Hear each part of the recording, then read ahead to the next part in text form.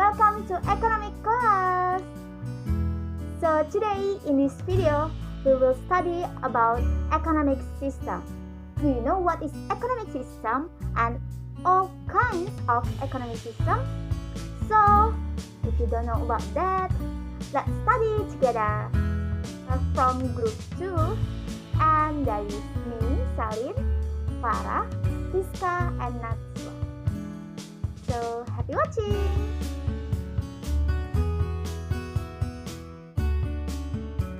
Pengertian dan macam-macam sistem ekonomi. Jadi, saya akan membahas tentang pengertian dan macam-macam sistem ekonomi. Apa saja ya pengertian sistem ekonomi dan ada berapa macam sistem ekonomi di dunia? Yuk kita bahas. Sistem ekonomi. Sistem ekonomi adalah susunan unsur-unsur ekonomi yang saling berhubungan dan bekerja untuk memecahkan masalah ekonomi serta mencapai tujuan tertentu. Macam-macam sistem ekonomi. Yang pertama, sistem ekonomi tradisional. Sistem ekonomi tradisional memiliki hubungan yang erat dengan tradisi dan adat istiadat. Biasanya, negara yang menggunakan sistem ekonomi tradisional adalah negara yang masih sangat bergantung dengan sektor pertanian. Produktivitas pada sistem ekonomi ini umumnya juga masih rendah. Hal ini disebabkan karena masyarakatnya yang belum atau enggak memiliki hasrat untuk mengembangkan hartanya. Bisa dibilang, orang-orang yang hanya bekerja untuk memenuhi kebutuhan pokok hidupnya aja. Yang kedua, sistem ekonomi komando. Sistem ekonomi komando merupakan sistem di mana pemerintah memiliki kuasa penuh atau dominan terhadap kegiatan ekonomi negaranya. Sistem ini biasa juga disebut sistem ekonomi terpimpin. Jadi, faktor produksi dipegang penuh oleh pemerintah, sehingga nggak ada pihak swasta atau perseorangan yang menguasai barang atau sumber daya tertentu. Kalaupun ada, masyarakat yang memegang sektor produksi tentunya dalam pengawasan dan batasan oleh pemerintah. Yang ketiga, ada sistem ekonomi liberal. Sistem ekonomi liberal adalah sistem ekonomi yang memberikan kebebasan seluas-luasnya kepada masyarakat dalam melakukan kegiatan ekonomi. Sistem ekonomi ini dikenal juga dengan sebutan sistem ekonomi kapitalis atau sistem ekonomi pasar. Prinsip yang paling jelas dari sistem ini adalah adanya keperluan untuk mencari keuntungan pribadi tanpa mementingkan keperluan pihak lain. Dalam hal perekonomian, pemerintah nggak memiliki pengaruh yang kuat untuk membatasi perekonomian individu atau masyarakatnya.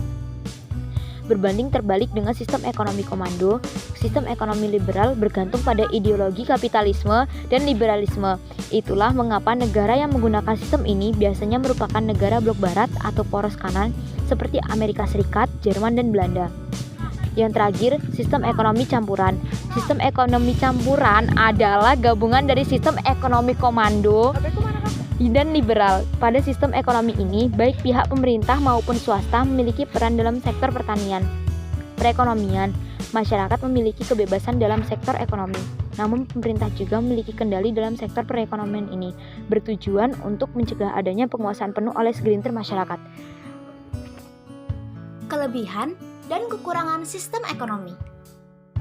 Ternyata ada loh kekurangan dan kelebihan tiap sistem ekonomi, baik itu sistem ekonomi pasar, tradisional, komando, maupun campuran. Apa saja ya? Ayo kita bahas. Kelebihan dan kelemahan sistem ekonomi tradisional. Kelebihannya, adanya persaingan sehat dan tidak adanya eksploitasi SDA dan SDM secara besar-besaran. Dan kekurangannya, sulit untuk memenuhi kebutuhan karena alat produksi yang digunakan masih sangat sederhana. Dan kegiatan ekonomi tidak berjalan optimal karena belum ada alat tukar. Dan yang kedua, pertumbuhan dan perkembangan ekonomi tumbuh dengan lambat. Yang kedua, kita akan membahas tentang sistem ekonomi komando. Kelebihannya, pertama, mudah melakukan pemerataan pendapatan. Yang kedua, jarang terjadi krisis ekonomi. Dan yang ketiga, kondisi ekonomi relatif stabil. Yang keempat, pemerintah bebas menentukan barang ataupun jasa yang sesuai dengan kebutuhan yang diperlukan masyarakat. Kekurangannya, barang yang diproduksi tidak efektif dan tidak efisien, serta kualitas barang ataupun jasa menjadi tidak maksimal. Yang kedua, kebijakan akan cenderung bersifat memaksa. Dan yang ketiga, hak milik pribadi tidak diakui. Dan yang keempat, kreativitas dan inovasi masyarakat tidak berkembang. Yang ketiga, sistem ekonomi pasar atau liberal. Kelebihannya, muncul persaingan untuk maju, dapat meningkatkan inisiatif dan juga kreativitas masyarakat, serta meningkatkan inovasi dan motivasi serta produktivitas dalam meningkatkan kegiatan ekonomi. Dan kekurangannya, persaingan bebas menyebabkan ketimpangan antara pemilik modal besar dan yang kecil. Dan kegiatan ekonomi mudah terjadi resesi atau krisis ekonomi. Dan yang ketiga, adanya kebebasan menyebabkan eksploitasi SDA secara besar-besaran. Yang keempat, sistem ekonomi campuran.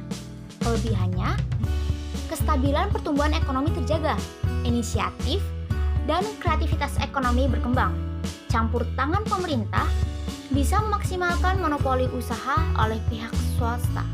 Dan keempat, pemerintah dapat lebih fokus dalam memberdayakan sektor usaha mikro kecil dan menengah atau biasa disebut dengan UMKM. Dan kekurangannya, lemahnya campur tangan pemerintah memungkinkan berlakunya sistem ekonomi pasar. Namun jika campur tangan pemerintah terlalu kuat, justru menimbulkan sistem ekonomi komando. 3. Ekonomi campuran berpotensi memperlambat pertumbuhan ekonomi di suatu negara. Dan keempat, tidak adanya kejelasan dan peraturan tentang seberapa besar pemerintah berpengaruh terhadap kegiatan ekonomi. Yuk kita lanjut ke karakteristik sistem ekonomi Indonesia. Karakteristik perekonomian Indonesia. Negara kita Indonesia ternyata memiliki karakteristik perekonomian tersendiri loh. Apa ya namanya? Ya, namanya adalah sistem ekonomi campuran Pancasila. Apa bedanya dengan sistem ekonomi lainnya? Mari kita bahas.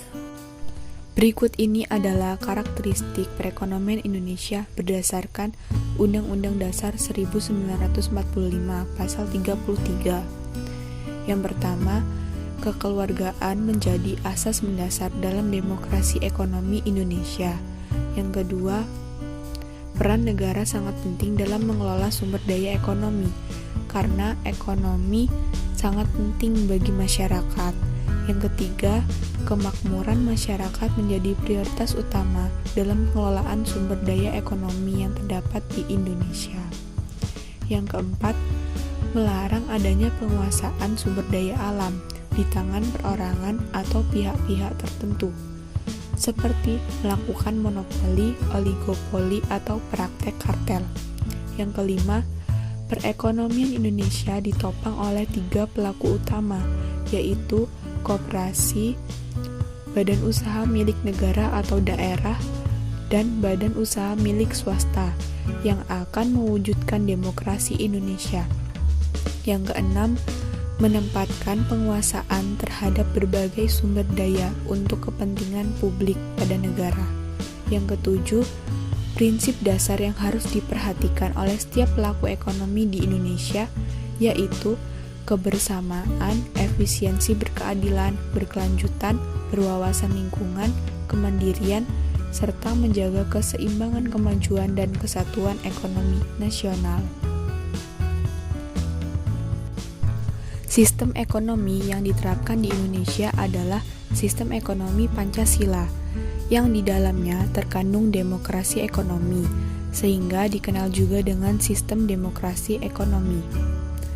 Nah, perekonomian Indonesia diatur dalam Undang-Undang Dasar 1945 Pasal 33 yang berbunyi ayat 1, perekonomian disusun sebagai usaha bersama berdasar atas asas kekeluargaan. Ayat 2, cabang-cabang produksi yang penting bagi negara dan yang menguasai hajat hidup orang banyak dikuasai oleh negara. Ayat 3, bumi dan air dan kekayaan alam yang terkandung di dalamnya dikuasai oleh negara dan dipergunakan untuk sebesar-besar kemakmuran rakyat. Ayat 4, perekonomian nasional diselenggarakan berdasar atas demokrasi ekonomi dengan prinsip kebersamaan, efisiensi, berkeadilan, berkelanjutan, berwawasan lingkungan, kemandirian, serta dengan menjaga keseimbangan kemajuan dan kesatuan ekonomi nasional. Ayat 5, Ketentuan lebih lanjut mengenai pelaksanaan pasal ini diatur dalam undang-undang. Kegiatan ekonomi berupa produksi, distribusi, dan konsumsi selalu dilakukan masyarakat, namun selalu ada masalah. Jadi, bagaimana memecahkan masalah ekonomi? Jadi, ada banyak permasalahan yang muncul dari sistem ekonomi. Baik itu sistem ekonomi pasar, sistem ekonomi campuran, sistem ekonomi komando, sistem ekonomi tradisional, maupun sistem ekonomi Pancasila. Yang namanya masalah tentu tidak bisa dihindari 100%. Jadi, bagaimana cara menyelesaikannya? Mari kita bahas. Sistem ekonomi tradisional. Dalam sistem ekonomi tradisional, menyelesaikan masalahnya dengan cara mengandalkan sumber daya yang ada dengan bekerja sama. Karena sistem ekonomi ini adalah sistem ekonomi yang diturunkan oleh nenek moyang mereka dan manfaat yang didapat untuk diri mereka sendiri. Yang kedua, yaitu sistem ekonomi komando. Dalam sistem ekonomi komando, menyelesaikan masalahnya dengan cara mengandalkan pemerintah karena pemerintah merupakan satu-satunya yang memiliki hak atas faktor-faktor produksi sedangkan masyarakatnya hanya menerima apa yang pemerintah produksi. Jadi, pemerintah menentukan pilihan untuk masyarakatnya. Yang ketiga, sistem ekonomi pasar atau liberal. Dalam sistem ekonomi pasar atau liberal, menyelesaikan masalahnya dengan cara menyerahkan kepada kekuatan tawar-menawar atau mekanisme pasar. Dilakukan secara individual untuk mendapatkan keuntungan diri sendiri. Yang terakhir yaitu sistem ekonomi campuran. Dalam sistem ekonomi campuran, menyelesaikan masalahnya dengan cara bersama-sama. Akan tetapi, aset-aset vital dikuasai oleh negara demi kemakmuran bersama. Jadi yang memecahkan masalah adalah pemerintah dan pihak swasta. That's all from us. Thank you.